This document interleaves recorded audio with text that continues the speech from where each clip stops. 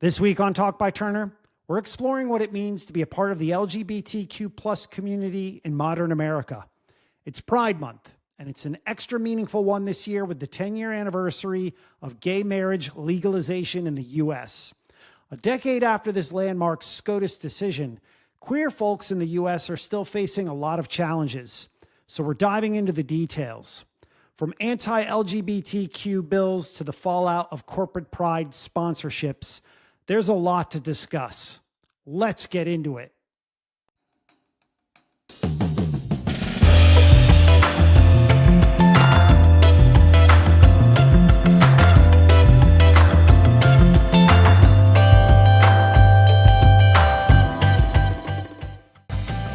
I'm your host, Jeffrey Colon, and you're listening to Talk by Turner. Talk by Turner dives deep into intellectual discovery while examining what's happening in our world right here, right now. Join us each week to hear from industry experts and published authors as they share their knowledge and insight on today's most important topics. Now, let's see who's on this week's episode. This week, we're joined by Jen Michalski, award-winning novelist and short story writer. Her latest novel, All This Can Be True, just came out June 3rd and is a tender queer romance about one woman's rediscovery of choice, hope, and wild love in the wake of her husband's coma. More than just a romance novel, All This Can Be True explores the depths of grief and the beauty of pursuing love through it all. Jen, welcome to Talk. Thanks so much for having me on. All right, your new book, which is out now titled All This Can Be True, explores the nuances of queerness, especially for people coming to terms with their full identity later in life. Why did you choose to tell this particular story of queerness and being a late bloomer? Great question. A few years ago, I reached a milestone in my own life. I turned 50. And, although I still feel pretty young at heart, I find now that my entry points into stories are obviously different from ones I may have explored when I was in my 20s. And, at this moment in my life, I'm particularly interested in second acts. When you reach this point in your life, you sort of feel like your life has either turned out the way you thought it would become, or it didn't. So there's sort of like a moment of reflection at this point, like how did I get here? These decisions that I've made. And I've noticed that a lot of my, contemporaries are finding themselves to be empty nesters. Their kids are going off to college. And, sort of like the fabric that holds the family unit together, it feels a little like stretchy or looser. When I was coming of age in the 90s, I graduated college in 94, my undergrad. And around that time, gay relationships were only just sprouting up in mainstream culture. If at all, I think there was like an episode on Roseanne, there was a kiss, there were just a few things here and there. It wasn't like very prevalent. I was still very much out with my family at work. And marriage equality was like still 20 years away at that point. That's amazing for me to think about. So I think a lot of women, my friends from college, my contemporaries, women of my generation probably still felt a little pressured into traditional paths in the 90s, whether it was marrying their college sweetheart or, just staying the path that they thought was the safest. I know that was something that I grappled with.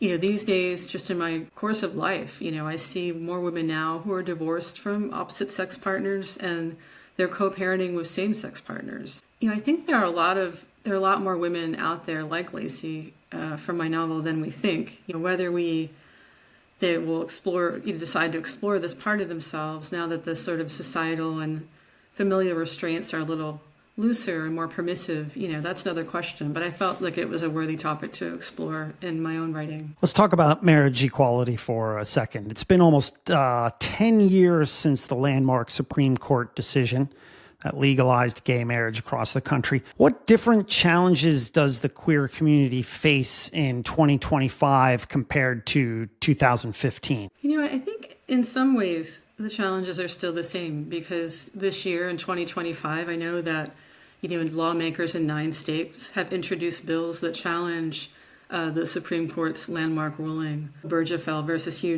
Hodges. So people, assume that once a right has been introduced, it can never be rescinded.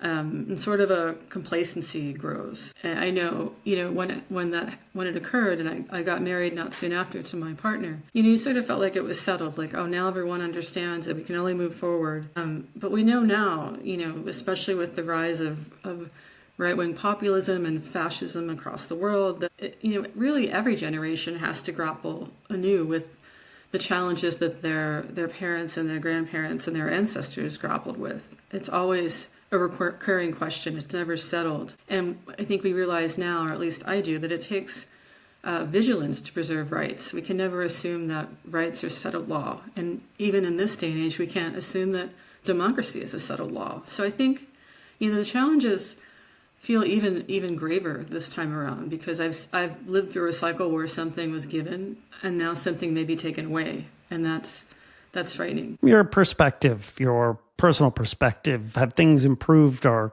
gotten worse? I don't think we would be seeing this much pushback in the religious community and from different politicians if conditions for gay and queer Americans hadn't improved so just drastically in the last 30 years.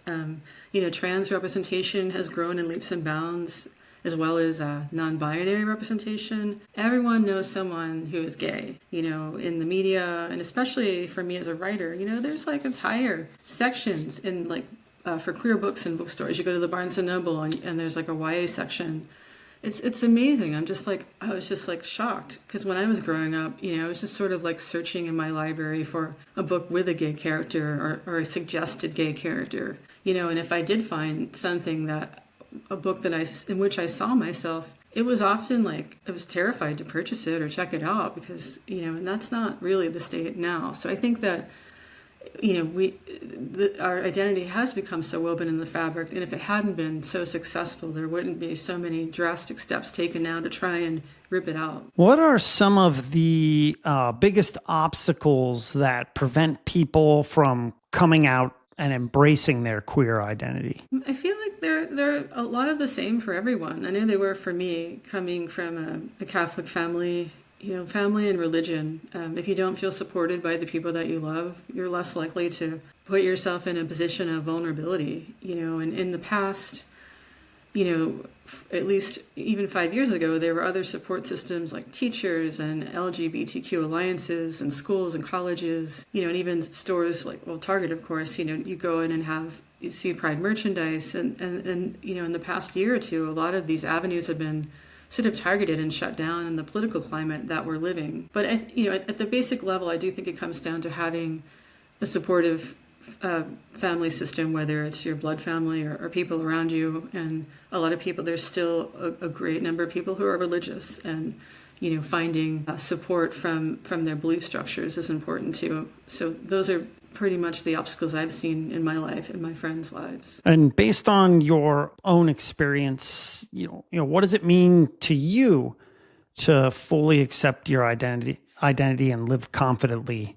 in that? It's a good question. And it's one that has taken me years to really come to terms with and decide whether, I've been comfortable. I've had levels of being out, maybe I'm out with close friends or certain people at work, and then when I started working for myself, just close friends. And as the years have gone by and the gay community has become more visible, I felt more comfortable. And I'm just a private person. But for me, I think when I really discovered or realized that I had this acceptance for myself was when I stopped, strangely enough, when I stopped pausing. If I was at the gym, or I was somewhere in a situation where I was talking to a stranger or someone I didn't know very well about my partner, I didn't have that pause in my answer, thinking, should I reveal to someone that I'm married to another woman, or I'm in a relationship? At some point, for a long time, you had that pause. Is it worth it to bring this into conversation? I don't know this person that well. Will it change our dynamic? And now I'm just to the point where, this is who I am. Take it or leave it, and I'm not having that internal pause. And I realized, even within the last 5 years, wow, I'm not doing that anymore. And that felt very freeing. Let's turn our attention to popular media for a second. Why is it so important to depict nuanced and diverse LGBTQ plus stories in things like TV shows, movies, and books? I think, visibility just equals normalcy. And I don't understand the criticisms and complaints about sort of people saying, oh, well, there's this token gay character and we have to force, people into a show or a franchise like Star Wars or whatever. And like, through the beginning of time and longer, like at least 10% of the population is identified as queer. And it's probably higher than that even. So it's not that we're like forcing anything. It's just like we'd like an accurate representation of people in the world. If we're going to like have a lens and tell stories, we need to include everyone in those stories. It's important. What if we never like depicted people with green eyes in television or books, because somewhere in the Bible there was some vague phrasing that green eyes were a sin, or that they were, we wouldn't, don't you think people with green eyes would feel less like they belonged in society, that they weren't like everyone else? I mean, we're all, at a basic level, we all exist. And I think it's important, not as any judgment or any sort of argument or trying to make a point, but just to be accurate. I think stories are sort of like our cultural census of, in movies, songs, stories, they're our cultural census of what's going on at the time, who exists, who's here, and I think everyone should be included. It's June, which means it's Pride Month while we're having this conversation. This year, a lot of corporate partners are pulling their sponsorship deals for Pride parades. Organizers in cities like New York, San Francisco, Seattle, they're facing $200,000 in funding deficits. What are your thoughts on all of this? I think it's a missed opportunity, the sponsorships, because at the end of the day, if you're a marketing team, your goal is to cater to your market. And, I was someone who shopped at Target for 20 years, and for the past 6 months, I haven't. And, that's hundreds of dollars every month that they're not getting from me and potentially thousands of other people, that have decided, well, if you don't think I'm worthy of your products, then why waste my time shopping there? So I think it's an injustice to, on one side, they have a judicial responsibility to their shareholders to make sure that they are growing profits and seeking markets that are most likely to grow their markets and income. Like, going against that, it just doesn't make sense to me from a judicial standpoint. But, on the other hand, I've noticed that, Pride parades over the last, even 10 years, I mean, they've grown into, like anything, they've sort of grown into these sort of massive giveaways of cheap corporate swag, and it would be nice to get back to like the roots of what these celebrations are for. They're for visibility and family and dialogue and celebration, and not just, I was in a parade last year where the company that we were representing, we were just, sort of giving out like plastic cups. And I'm like, Pride is so much more than me just giving a parade goer on a route a plastic cup. And it felt like that was what the parade was reduced to, like, let's line up and get our goodies and go home. And that's not really, the commercialization of it has sort of bothered me. So maybe this is an opportunity for smaller grassroots groups to come back and say, let's take a more active partnership and role in these celebrations now that the corporate entities have sort of stepped aside. Let's reclaim our power and make the parades what they once were, for everyone. So what does it mean to you to celebrate Pride Month within our current political environment? Well, it's a scary and difficult and ultimately disappointing time, because you feel like you've sort of grown with people over the years, and you've become vulnerable, and you've shared families, and you've literally broken bread, and then the blink of an eye, these relationships are being challenged and shattered, and people that you trusted, you feel like either they're hiding behind a religion or a political party. And it's just like, I thought at the end of the day it was you and me in our backyards leaning over the fence talking, but there are these other issues now. So it's more disappointing. You feel betrayed, but at the same time I feel like I think I've been really I've felt good to know that so many people have like stood up and said, I don't think this is right. And I think that, in a way, misery loves company. And I don't think that there's any way to turn this around unless if we, hide and cower in solitude. We have to like reach out to each other and say, this isn't right, this isn't fair. We can go underground for a while, but we have to find allies during that time and reemerge and reunite and overwhelm. So there are 500 anti-LGBTQ bills being tracked currently across all 50 states by the ACLU. Do you have any words of advice for listeners and viewers, especially queer folks, especially young people in areas of the country where their rights are being threatened? Well, as an older person, I'll say my experiences were different. I grew up in a time where I was ashamed to even admit to myself that I may have identified as lesbian or queer, and I didn't have any books or people or support or anything really until I got to college to really reflect back to me a life that I thought could be mine or was mine. What gives me hope is that a lot of the younger generation has always known, growing up among queer people, they've always known that they had a freedom to come out. Children are coming out now as early as 8 or 9 or 7, and parents and school systems and communities are embracing them and supporting them. So they've always sort of known this freedom that I never had as a child. And when you've grown up with something as a given, it becomes difficult to take it away. And I think that not only for the person being affected, but for their allies, for their family, for their moms. I know moms with children who are transitioning, and they're just like, up in arms. They're just like, this is my child, and I want them to be happy, and I want them to be able to make the choices that we in a free society should be able to make. I think it's harder to take these rights away. It's not to say be complacent and hope that it turns out for the best, but I think that we're in a time, it was much harder to sort of fight for something you didn't have and get it, as opposed to have it taken away from you, I think. So I would give them hope that they have so much a greater support system, whether on social media or just around them in the community. It's easier to find like-minded voices and people who want to fight for the same things as you.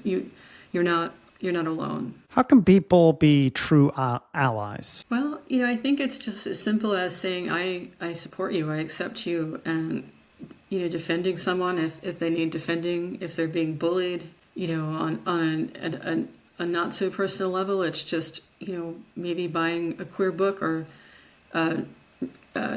checking it out of the library. A lot of people I don't like to read about experiences that are different than my own, but I don't see how we can learn about ourselves and society in general unless we really try and see the perspective of every person that lives among us, because that's, how can we know the existence of green if we don't read about yellow and blue? We would never find out that the green existed. And I think that it's just important to, and economically, if you feel that a retailer is doing justice, the most interesting thing about Target for me was, I've shopped there since I was in my 20s, so really it's been 30 years. And now that the 6 months have gone by that I haven't been there, I was really shocked and surprised at how little I miss them, how little there was anything in that store that I absolutely swore by and needed. A brand, a type of soap, a certain shirt. There was nothing in that store that I was like, God, I really wish I could go to Target right now and pick up X. There was no unique shopping experience for me that I couldn't replicate somewhere else. So, I think as consumers to remember that it's not that hard to really find an alternate source of purchasing a product. Consumerism, that the heart of it is a it's mass produced, so it's easily replaceable, it's easily sourced to be found in multiple places. Use the power of your purse and don't shop for a month, even for a month or for a week, or just buy that one candle that you really love there, but nothing else. There are lots of ways you can support financially and personally, and also just at large in the community. Maybe go to a pride parade, just go and stand on the side and look at see who's marching. I mean, there are still corporate organizations that march, and a lot of the employees don't identify as queer or straight, but they're just there to walk the parade route and show you that there's strength in numbers and that we're all, stronger together. If you had the ear of policymakers right now, what's one change you'd ask for that you think could radically improve queer lives? I'm just always surprised that people say we should keep it under wraps. When we're not flaunting anything. And there's people in all spectrums, gay and straight, who may do a little too much TMI, but at the end of the day, that's not what the community at large is wanting. We just want to, coexist and send our kids to school and have a good Sunday at the park and feel like we are protected within the Constitution, underneath the rights of everyone else. We're not asking for anything special, and I just want them to consider, really put themselves in our shoes. Moving on to a big topic, book bans and LGBTQ plus stories. So a quarter of the books that were banned during the 2023-2024 school year included queer characters. As an author of a novel centered on queer characters, what's been your reaction to this? It's been anger and disappointment and feeling a little helpless. It concerns me to think that, a book I've just written that's come out into the world could be pulled from a library or banned from schools. But I think, it tells me more than ever that, I have to keep writing these sorts of books. The most powerful tool that our opponents have is erasure, but we have a powerful tool as well. And it's the power to speak, to write, to record our history. We're here, we've always been here, and we'll always be here. And, there are always avenues, smaller presses, there's still, the internet's still, mostly uncensored. We have to there are ways, and even spoken, we have to do readings and community events, and we have to just keep speaking our history, because if we don't speak up, then it's easy to erase us. So I feel even now more than ever that I need to speak the truth of who I am and the truth of my relationships with people, and make sure that my contemporaries who aren't queer have access to these words, so they know that we do exist. What does queer joy look like to you? I struggle with answering that question, because I think it's really just the same as anyone's joy. It's waking up and being grateful for what I have, for being healthy, and for having a family, and for having friends, and for having enriching work. It's joy at having lived a life that I feel will have mattered, that I made a difference in some way, that I didn't just stand aside and let things happen. I've tried to be an advocate and a voice, and have a voice, and give other people a voice. I'm also a publisher of a literary journal, and I've helped publish anthologies in the past, and I've done reading series. I feel like I've always tried to be someone who makes sure that everyone is heard. So my joy is just as a human being, feeling that I participated in the human experience, and that I'm not a bystander. What's one thing you'd like listeners to take away from today's episode? I think that society, the fabric of society, is so, I hate to use the word diverse, but it just is. There's so many textures and harmonies and resonances and colors, and I just feel like life is so much better lived when we embrace. We don't just eat, a bologna sandwich. Let's try all the cuisine. Let's hear all the songs. Let's see all the colors. Let's look at all the art. Let's just really. There is so much out there that you don't even know is out there, and I think, in a smaller scale, the gay community has a wide variety of texture to offer to the human community, and I think it would be a mistake to ignore that. Where can listeners find you online? I have a website, jmww.com, and day to day, you're most likely to find me on Instagram at Jen Michalski Author. Jen Michalski, author of All This Can Be True. Thanks for joining us on Talk by Turner. Thank you so much for having me. Enjoying episodes of Talk by Turner? Don't forget to rate, review, and subscribe now. Watch us weekly on YouTube, Spotify, or the podcast service of your choice.